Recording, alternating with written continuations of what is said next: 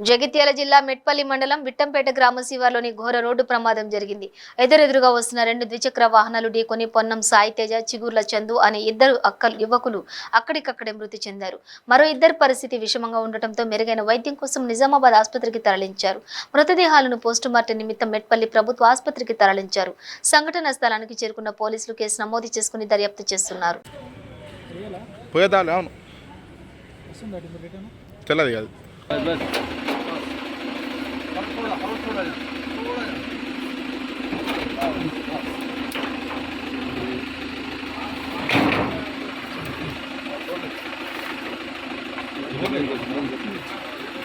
అక్కడే తీసుకొని మళ్ళీ సెక్షన్ మీద